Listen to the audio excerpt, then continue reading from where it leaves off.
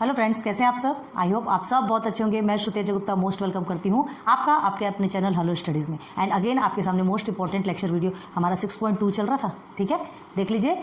Standard 9 board SSC board है, math 1 algebra. Clear है। 6.2 हमारा चल रहा था। हमने आपको 1 to 5 क्वेश्चन, जो क्वेश्चन 1 के 5 क्वेश्चन सब क्वेश्चन थे वो हमने ऑलरेडी क्लियर करवा दिया। फर्स्ट लेक्चर हमने आपको आपके सामने नहीं आके हमने बुक से पढ़ाया था, क्योंकि बहुत कंपलसरी था। हमने आपको बता दिया, आप लेक्चर 1 में जाके देखिए, आपको खुद ब खुद समझ में आ जाएगा कि ऐसा क्यों किया। और अगर आपने देखा होगा तो आज आपको ये लेक्चर वीडियो तो बहुत अच्छे से समझ में आएगी। क्लियर है, क्योंकि क्या है, बेसिक कॉन्सेप्ट जब तक क्लियर नहीं होंगे तब तक आप आगे कुछ नहीं कर सकते।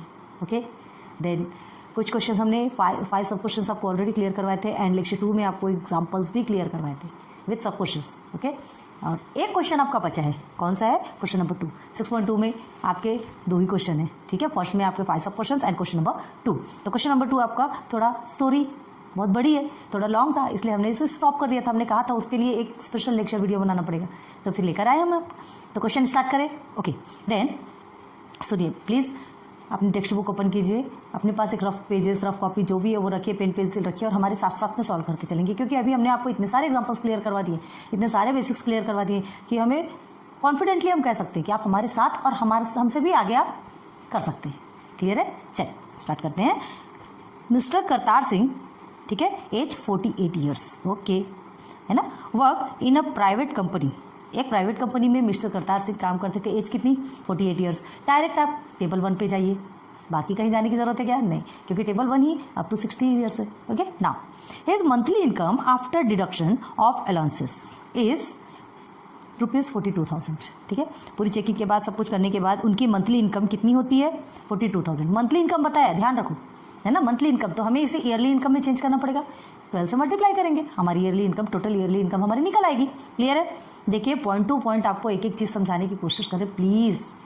बहुत ज़्यादा ध्यान देने की ज़रूरत है, क्योंकि ये चीज़ें ऐसी ट्रिकी है, थोड़ा सा हमें हैक्टिक होता है समझने में, इसलिए जब समझाया जाता है पॉइंट टू पॉइंट, एक एक बारीकी से एक एक पॉइंट हम आपको समझाने के लिए हम भी पहले से पढ़ते हैं, ताकि आपके लिए भी एक भी पॉइंट्स न छूटे। हमें क्या, हम तो ऐसे ही समझ करके निकल जाएंगे, लेकिन हमको आपको समझाना है ना। हमने जो मोटो लेके चला है, तो आपके लिए जो करना है तो फिर अच्छे से ही करना है।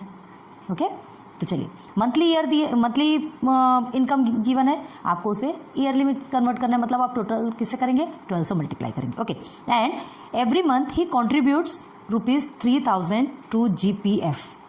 एवरी मंथ GPF में वो कॉन्ट्रीब्यूट्स करते हैं, मतलब एक प्रकार की सेविंग हो गई जिसमें कि टैक्स नहीं लगता। Okay, and he has also bought ₹15,000 worth of NSG, national saving certificate. ठीक है, ये भी एक प्रकार के क्या करते हैं? कंट्रीब्यूट करते हैं। एक तो 3,000 तो करते ही हैं GPF में, और क्या करते हैं? बॉट बाय, खरीदना, है ना। 15,000 का उन्होंने NSG, national saving certificate, and donated 12,000 उन्होंने डोनेट किया। ठीक है, तो डोनेशन कितनी अच्छी बात है, बहुत अच्छा काम कर रहे हैं। तो एक साइड वो क्या कर रहे हैं, अपनी सेविंग्स किया, और एक साइड उन्होंने डोनेट किया to the PM's relief fund. PM's relief fund, अब आप समझिए, PM's relief fund and chief minister relief fund किस में आता है? 80G। ओके, एंड 80C में आपका क्या होता है? ये जो कॉन्ट्रीब्यूट्स करते हैं, ये जो सेविंग्स करते हैं, ये सब 80C में आता है ना। तो हमें ये 2 के ही बारे में पढ़ना था। 80D में भी आता, वो हेल्थ इंश्योरेंस से रिलेटेड, जो आपके में नहीं है, आपको ज़्यादा कुछ करने की ज़रूरत नहीं। क्लियर। जब आगे जाएंगे नेक्स्ट लेवल पे, हायर लेवल पे जाएंगे, तब वो उस चीज़ का काम आएगा, तब हमें उसे कर लेना है। अभी जब नहीं है तो क्यों इतनी मगजमारी करना। ओके, तो देखिए, तो क्या पूछा है? Compute is income tax. Okay, तो उनका इनकम टैक्स कितना है ये आपको निकालना है, टोटल करना है, निकालना है। ठीक है, तो इसमें कुछ चीज़, बहुत सारी चीज़ें तो ऐसी है जो उनकी सेविंग्स में चली जा रही है, डोनेशन पे चली जा रही है, जिनमें कोई भी टैक्स नहीं लगेगा। हमने पहले बता चुके हैं आपको। ठीक है, तो इसे कैसे सॉल्व करना है? तो मिस्टर करतार सिंह की एज आपको सबसे पहले मालूम है 48 ईयर्स है, मतलब वो टेबल 1 में आना है। सीधे सीधे हमको सिर्फ टेबल 1 पकड़ लेना है, टेबल 2, टेबल 3 छोड़ दीजिए। ठीक है, तो कैसे लिखेंगे हम? क्वेश्चन नंबर 2 है, तो इसका सॉल्यूशन। क्लियर है, तो हम क्या लिखेंगे? मिस्टर करतार सिंह एज, क्या है उनकी एज? 48 ईयर्स। 48 ईयर्स। ठीक है, सीधे सीधे लिख लीजिए टेबल 1। आप ईयर से लेकर के ही देख सकते हैं, फिर आपको कहीं जाने की ज़रूरत नहीं है। टेबल 1 को ही पकड़ना है। अब उसके कौन से स्लैब में जाना है ये भी आपको फाइंड करना है। तो सबसे पहले उसके लिए क्या करेंगे? मिस्टर करतार सिंह की देखिए, आपकी मंथली इनकम आपको 42,000 है, हमको क्या निकालना है? ईयरली। भाई ईयरली इनकम से ही तो होता है ना इनकम टैक्स वगैरह। तो सबसे पहले मिस्टर करतार सिंह की ईयरली इनकम निकालेंगे, ठीक है। Yearly income of mister Kartar Singh आप लिख लीजिए, ठीक है। Yearly income of mister Kartar Singh is equal to क्या करेंगे आप, 42,000 मल्टीप्लाई बाय 12। क्लियर है ना, हमको ईयरली इनकम चाहिए तो आप क्या करेंगे, इसे आपका आता है 5,04,000, ठीक है। सॉल्व करके देखिए तो 5,04,000 रुपीज़ क्या हो गया इनका ईयरली इनकम। अब इस ईयरली इनकम में से उनको जो टैक्सेबल इनकम होगा है ना वो निकालना है। तो सबसे पहले क्या करना है, ये ईयरली इनकम है तो इसमें से तो पहले उनकी जो सेविंग्स है और जो डोनेशन किया वो अलग निकल जाएगा। इतने इनकम में से ये उनकी इनकम हो गई ईयरली इनकम, इस ईयरली इनकम में उनकी सेविंग्स भी निकल जाएगी है ना, जिसमें उन्होंने इन्वेस्ट किया एंड जो डोनेशन दिया ये सब कुछ अलग निकल जाएगा, उनमें उनको कोई टैक्स नहीं लगेगा। क्लियर है, तो सबसे पहले वही निकालते हैं। Now mister Kartar Singh NGH, okay. Mister Kartar Singh investment किसमें इन्वेस्ट किया, okay. Mister Kartar Singh investments किसमें किया, चलिए बताइए। सबसे पहले देखो उन्होंने हाँ GPF में उनका देखो क्या दिया है, GPF में उन्होंने एवरी ईयर क्या दिया है, वो सॉरी एवरी मंथ क्या दिया है, 3,000 रुपीज़ है ना। टेक्स्ट बुक में अच्छे से देखिए क्या दिया है, एवरी मंथ उन्होंने कितना कॉन्ट्रीब्यूट किया, 3,000। तो हमें उसे ईयरली निकालना पड़ेगा ना, तो क्या करेंगे, लिखेंगे इज इक्वल टू GPF में दिया उन्होंने और किसमें, इसमें कंट्रीब्यूट किया और क्या लिया, ये NSC नेशनल सेविंग सर्टिफिकेट, ठीक है। ये दोनों में उन्होंने क्या किया, कंट्रीब्यूट किया, इन्वेस्ट किया, जो भी बोलो। तो ये इसमें किस में आता है, ये सब किस में आता है, 80C में आता है। याद रखिए ये सब 80C में आता है, ये सेविंग्स है, ये डोनेशन में नहीं आता। डोनेशन हम अलग से निकालेंगे क्योंकि वो 80G में आता है, ठीक है। तो ये 80C में जो सेविंग्स है, तो सेविंग्स इनकी कितनी थी, हर एवरी मंथ कितना करते थे GPF, 3,000। तो ईयरली इनका निकालना है तो 12 से मल्टीप्लाई कर दीजिए। अब ये NSC में कितना किया था उन्होंने, कितना बढ़ गया था, 15,000। क्लियर है, बस इसे टोटल कीजिए, 36,000 हो जाएगा ना ये, 12 3 सा 36, okay. Then here is 15,000। Now again solve कीजिए, 0 0 0 तो आपका हो जाएगा, तो ये हो गया 51,000। तो ये क्या हो गया, रुपीज़ 51,000 क्या है, इनका जो इन्वेस्टमेंट है, इसमें उनको टैक्स नहीं लगेगा। और किस में टैक्स नहीं लगेगा, जो डोनेशन किया तो उसको भी लिखना पड़ेगा है ना। तो donation to PM's relief fund and लिख लीजिए, एंड क्योंकि ये सेविंग्स तो है ही है ना, donation to PM's relief fund कितना किया, कितना डोनेट किया उन्होंने, रुपीज़ 12,000, ओके। तो देखो ये तो है इनकी सेविंग और ये भी डोनेशन दिया, मतलब ये भी तो उनका गया ना, है ना। और ये क्या है, मतलब ये सेविंग्स में है और ये डोनेशन में है, इसमें भी टैक्स नहीं लगेगा, इसमें भी टैक्स नहीं लगेगा। तो हम इसको दोनों को टोटल करेंगे, सब पूरा टोटल करके हमको समझना है कि कितने में टैक्स नहीं लगेगा, ओके। तो चलिए क्या करेंगे, टोटल डिडक्शन निकालेंगे। Therefore total deduction,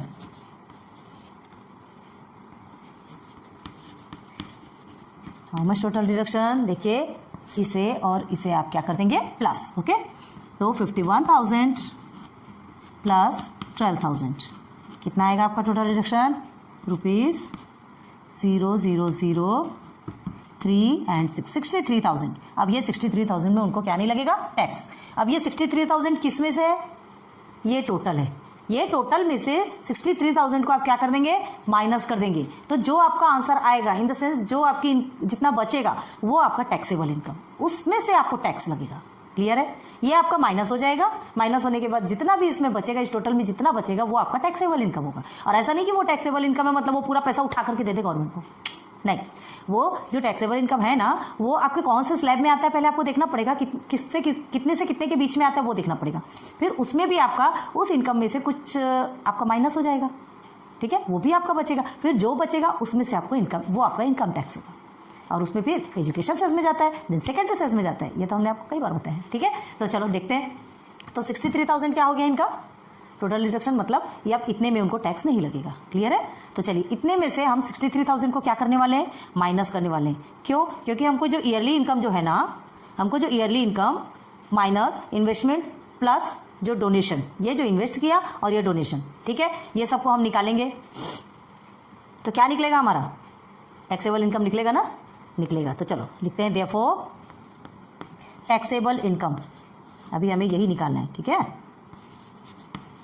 taxable income. अब टैक्सेबल इनकम के लिए क्या करेंगे, is equal to, taxable income के लिए सबसे पहले हमको लेना है ईयरली इनकम जो आपका है ना, तो ईयरली इनकम ऊपर लिखें क्या, नहीं तो स्पेस की प्रॉब्लम हो जाएगी।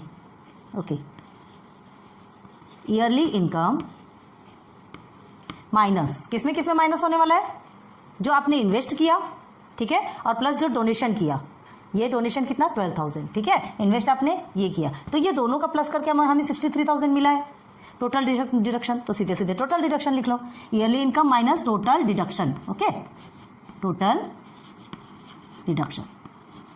ओके, तो इसे माइनस करेंगे, आपको नीचे का दिख रहा कि नहीं दिख रहा, देयरफॉर क्या है आपका yearly income 5,04,000, year is minus हो जाएगा किससे, 63,000 से। समझ में आ रहा ना, अभी डबल से समझाएंगे, टेंशन मत लीजिए।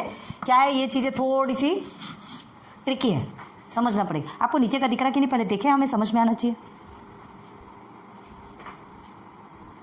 नहीं दिख रहा ना आपको नीचे का, चलो कोई बात नहीं। आपको देखो ईयरली इनकम है, ईयरली इनकम हमने ये लिखा है, ठीक है, और टोटल डिडक्शन आपका 63,000 लिखा है, बस ये दोनों को माइनस करते हैं, उसका आंसर हम वहाँ लिखते हैं, आपको समझ में आ जाएगा, ठीक है।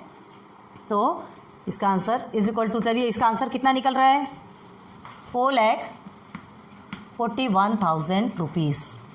ओके, 4,41,000 रुपीज़, ये हमारा क्या निकला, क्या निकला, टैक्सेबल इनकम, ये टैक्सेबल इनकम निकला। अब इसमें से हमको, इसमें से हमें टैक्स देखना है, इनकम टैक्स कितना निकलता है। तो देखो क्या है, 4,41,000 पूरा उठा के तो देंगे नहीं, इसमें से भी माइनस होगा, इसमें से भी आपके पैसे बचेंगे, ठीक है। तो पहले ये देखना है, ये 4,41,000 जो आपका टैक्सेबल इनकम निकला है, ये टेबल 1 के कौन से स्लैब में आता है, स्लैब हमने बताया था 1 बाय 1 नीचे नीचे जाते जाना है, ठीक है। तो ये 2,50,000 से 5 लाख के स्लैब में निकलता क्या, है ना, उसी में निकलता, ठीक है।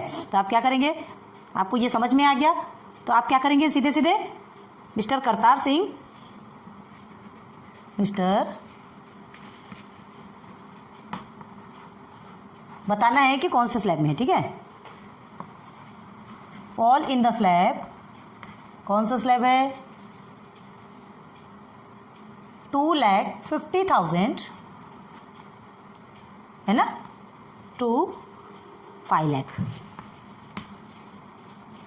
कैसे, देखिए ना, 4,41,000 ये दोनों के बीच का ही तो नंबर है, ये दोनों के बीच का अमाउंट कहलाया है ना ये, तो इस स्लैब में आया। अब इस स्लैब में हमको देखना है कि कितना हमें मार्जिन मिलता है, कितने % हमको पे करना है और कितना किससे माइनस करना है। तो देखो 2,50,000 टू 5 लाख के बीच में ये आया, मतलब 2,50,000 इसमें माइनस हो जाएगा, इसमें से आपको कुछ भी पे नहीं करना पड़ेगा।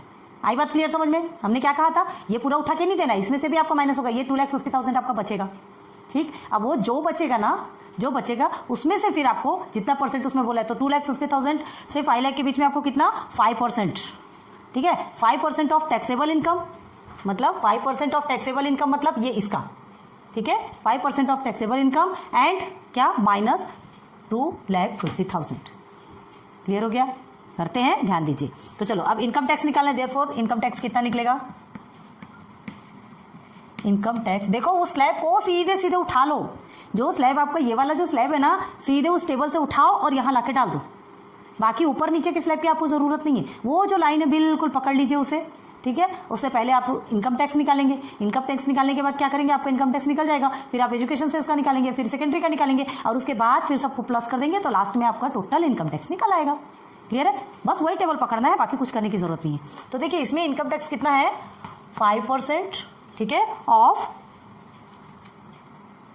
टैक्सेबल इनकम, टैक्सेबल यहां लिखते हैं इनकम माइनस, माइनस किससे माइनस, 2,50,000 बताया था हमने, 2,50,000, ये पैसा भी आपका बच जाएगा, क्योंकि 2,50,000 तक के सबको फ्री है, और जिसका 2,50,000 या उससे कम है तो उसे तो नहीं, उसे तो कोई टैक्स पे ही नहीं करना है ना, उसे कोई भी टैक्स पे नहीं करना है, ना तो एजुकेशन सेस पे करना है, ना सेकेंडरी पे करना है, कोई भी इनकम टैक्स नहीं, टोटल फ्री। ठीक है, अब उससे वो अपने घर की आवभगति कर ले, अपना जीवन यापन ही कर ले, या तो टैक्स पटा ले, दो में से एक ही काम तो हो सकता है। अब अपना घर ही नहीं चला पाएगा तो टैक्स क्या पे करने वाला है। तो इतनी भी निर्दयी नहीं होती गवर्नमेंट। ओके, वो सब कुछ देखती है, जो कर सकता है उनसे लेती है और जो नहीं कर सकता उनको देती है। ठीक है, चलो तो अब माइनस करेंगे तो हमारा इनकम टैक्स क्या होगा, तो therefore income tax 5% of taxable income. तो 5% ऑफ टैक्सेबल इनकम आपका क्या है, ये है। ठीक है, तो 5% ऑफ टैक्सेबल मतलब 5% को हम ऐसे लिखते हैं। ठीक है, ऑफ टैक्सेबल इनकम 4,41,000। क्लियर है, क्लियर है। माइनस है ना, इसे अभी ब्रैकेट में रखो माइनस, क्योंकि पहले हमको एक्स्ट्रा को निकाल देना है, हटा देना है, ताकि उसमें आपको कोई भी टैक्स ना लगे। यहाँ तक हो गया। अगेन आप क्या करेंगे, 5/100 मल्टीप्लाई बाई, अब इसमें से आपको माइनस करेंगे तो आपको कितना मिलता है, 1,91,000। अब इसे कट कर दीजिए, 2 कट हो गए, देयरफॉर 5 से आप मल्टीप्लाई करेंगे तो कितना आएगा आपका, रुपीज़, यहाँ से देखिए 5 45, उसके बाद सॉरी ये 0 तो रह गया, 5 45 ये 9। ओके, इतने रुपीज़ उनका इनकम टैक्स निकला। ठीक है, इनकम टैक्स निकल गया, ये 1 आपको मिल गया इनकम टैक्स। अब हमें निकालना है एजुकेशन सेस। ठीक है, नाउ थोड़ा स्पेस की प्रॉब्लम होगी, थोड़ा छोटा लिखते हैं, मैनेज कीजिएगा। एजुकेशन सेस, एजुकेशन सेस का क्या रहता है, 2% रहता है ना, तो 2% ऑफ इनकम टैक्स याद रखो। अब इस इनकम टैक्स से लगेगा, तो 2% ऑफ इनकम टैक्स मतलब 2% ऑफ, है ना, इनकम टैक्स। तो 2% इज इक्वल टू 2/100। ठीक है, इनकम टैक्स आपका कितना है, ₹9550। ये 0 कटा, ये 0 कटा। ठीक है, आप क्या करेंगे, इसे और कट कर सकते हैं, 2 1 2, 2 5 10। ठीक, देन 5 से इसे काटेंगे। अभी हम यहाँ पर कट करें, आप ऐसी गंदगी मत कीजिएगा, आपको समझाने के लिए हमको करना कंपलसरी है, लेकिन ऐसी गंदगी मत कीजिए, साइड में रफ वर्क करके लिखिए और उसमें से कीजिए। ठीक है, तो आपका क्या निकलने वाला है, 5 1 5, 5 1 5, ईयर 5 9 45। ओके, 5 1 5, चलिए 191 रुपीज़, 191 रुपीज़ आपका क्या निकलेगा, एजुकेशन सेस। ठीक है, अब उसके बाद फिर आपका निकलता है secondary and higher education cess, short में लिखते हैं secondary and higher education cess. ठीक है, वो हमको कितना पे करना है, 1%, हमको नहीं, करतार सिंह को। ठीक है, 1%, तो 1% ऑफ इनकम टैक्स होगा, तो 1% ऑफ इनकम टैक्स ऐसे लिखेंगे पहले, 1% ऑफ इनकम टैक्स। ओके, तो 1% ऑफ इनकम टैक्स मतलब क्या होता है, 1/100। ठीक है, अब इनकम टैक्स कितना है आपका, दोनों भी आपका इसी इनकम टैक्स से होगा। ठीक है, तो इसमें इससे लेंगे 9,550। ओके, ये एक 0 कटा, ये एक 0 कटा। ठीक है, आपका आंसर कितना आएगा, आपका आंसर कितना आएगा, ये देखिए 10 है, तो यहाँ पर सीधे डेसिमल में आएगा, तो 95.50, 95.50 रुपीज़। ये आपका secondary and higher education cess हो गया। क्लियर हो गया, तो देखो फर्स्ट आपको इनकम टैक्स मिल गया, सेकंड आपको एजुकेशन सेस मिल गया, एंड थर्ड आपको secondary and higher education cess मिल गया। क्लियर है, हाँ, ये तीनों भी आपको मिल गया। अब हमें क्या करना है, हमको टोटल इनकम टैक्स निकालना है मिस्टर करतार सिंह का। तो टोटल इनकम टैक्स निकालने के लिए ये income tax plus education cess plus secondary and higher education cess, तीनों को प्लस कर दीजिए, आपका टोटल इनकम निकल आएगा। अब इसके लिए हमको स्पेस चाहिए, तो आप यहाँ से नोट डाउन कर लो और उसके बाद फिर हम थोड़ा रब करते हैं। ठीक है, तो चलिए जल्दी से कीजिए, उसके बाद फिर हम थोड़ा सा रब करते हैं, फिर आपको बताते हैं। चलिए करें थोड़ा सा रब, इस साइड से हम थोड़ा सा रब करते हैं, आपको समझा दिया हमने ना। कुछ चीज़ें रखते हैं, आपको हो सकता है डबल बताने की कोशिश करें। तो चलिए अब हमको क्या निकालना है, बस टोटल इनकम टैक्स निकालना है। ठीक है, तो therefore total income tax. Clear है, ये रब करना ही पड़ेगा हमें। हाँ, total income tax is equal to क्या होगा, आपका ये जो इनकम टैक्स निकला वो इनकम टैक्स पूरा लिखिएगा, प्लस इसीलिए हमें रब करना पड़ रहा है ताकि आपको पूरा बता सके। ठीक है, प्लस एजुकेशन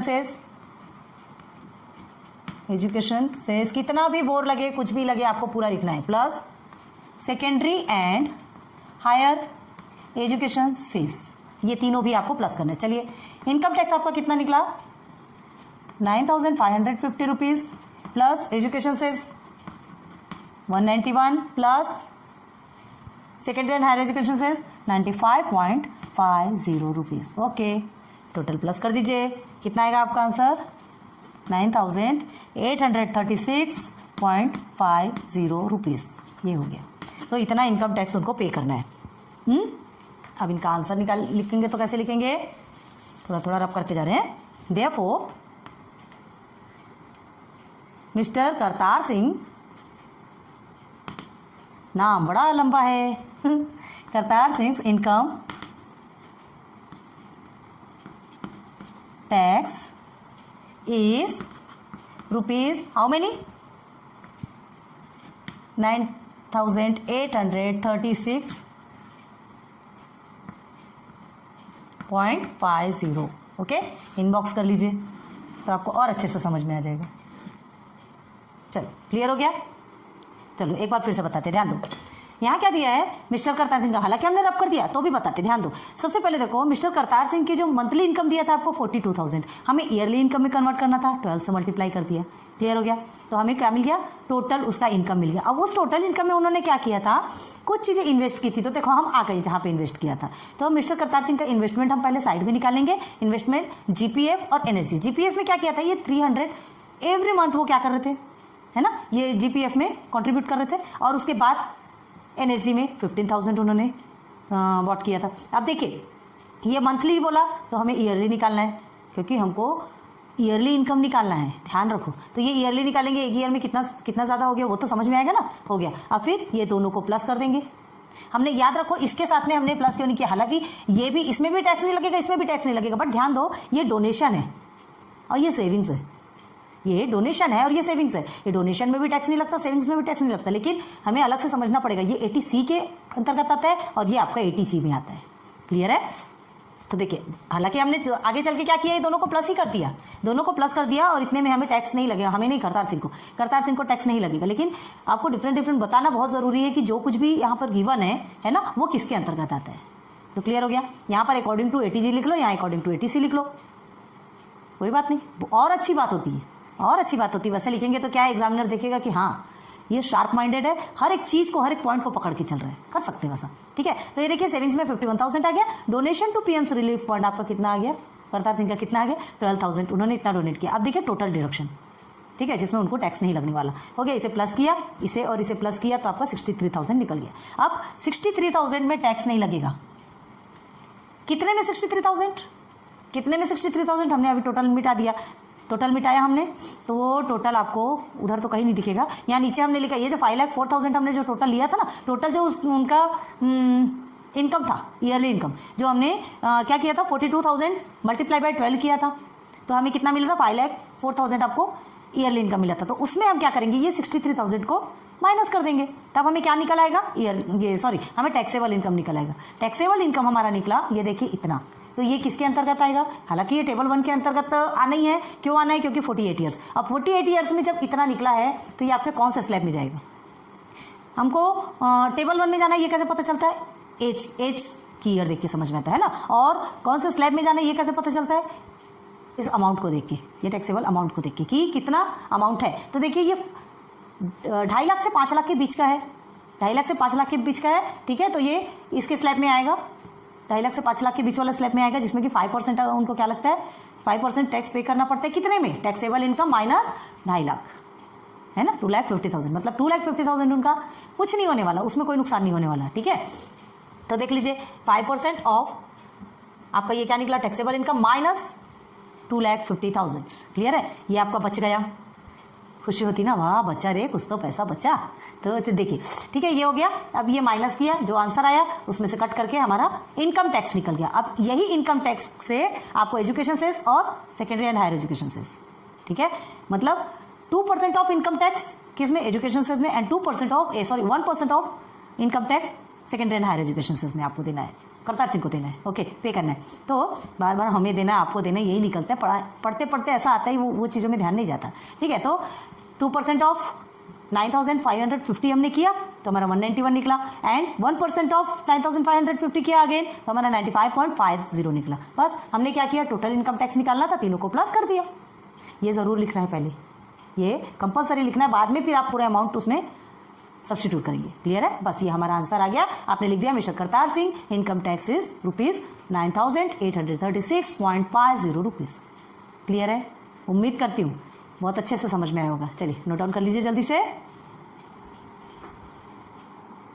कर लिया ना नोट डाउन? हाँ, तो चलो आज का 6.2 लेक्चर प्रैक्टिस सेट कंप्लीट होता है लेक्चर 3 के साथ। थोड़ा लेक्चर बढ़ता है, कोई टेंशन वाली बात नहीं। पता है कि 2 ही क्वेश्चंस है, लेकिन फर्स्ट क्वेश्चन में आपके 5 हैं और हमको आपको एग्जाम्पल समझाना बहुत ज़्यादा ज़रूरी था। क्यों ज़रूरी था? क्योंकि देखिए ये कितना हेक्टिक लग रहा ना, तो अब एग्जाम्पल देख लिया आपने तो आपको हार्ड नहीं लगा। डायरेक्ट हम समझाते थे तो क्या होता था, कुछ सिर में घुसता था? नहीं, सीधे सीधे ऊपर, और हमें वैसा ऊपर नहीं लेके जाना है, हमें पॉइंट टू पॉइंट पूरी बारीकी से समझना है और आगे बढ़ना है।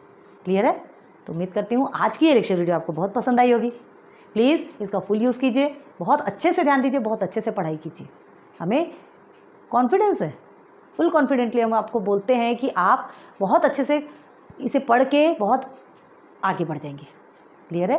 So thanks for watching my videos. फिर मिलेंगे नेक्स्ट लेक्चर पे, उसके बाद आपका चलेगा प्रॉब्लम सेट 6 लेकर आएंगे जल्दी। Good luck and good bye.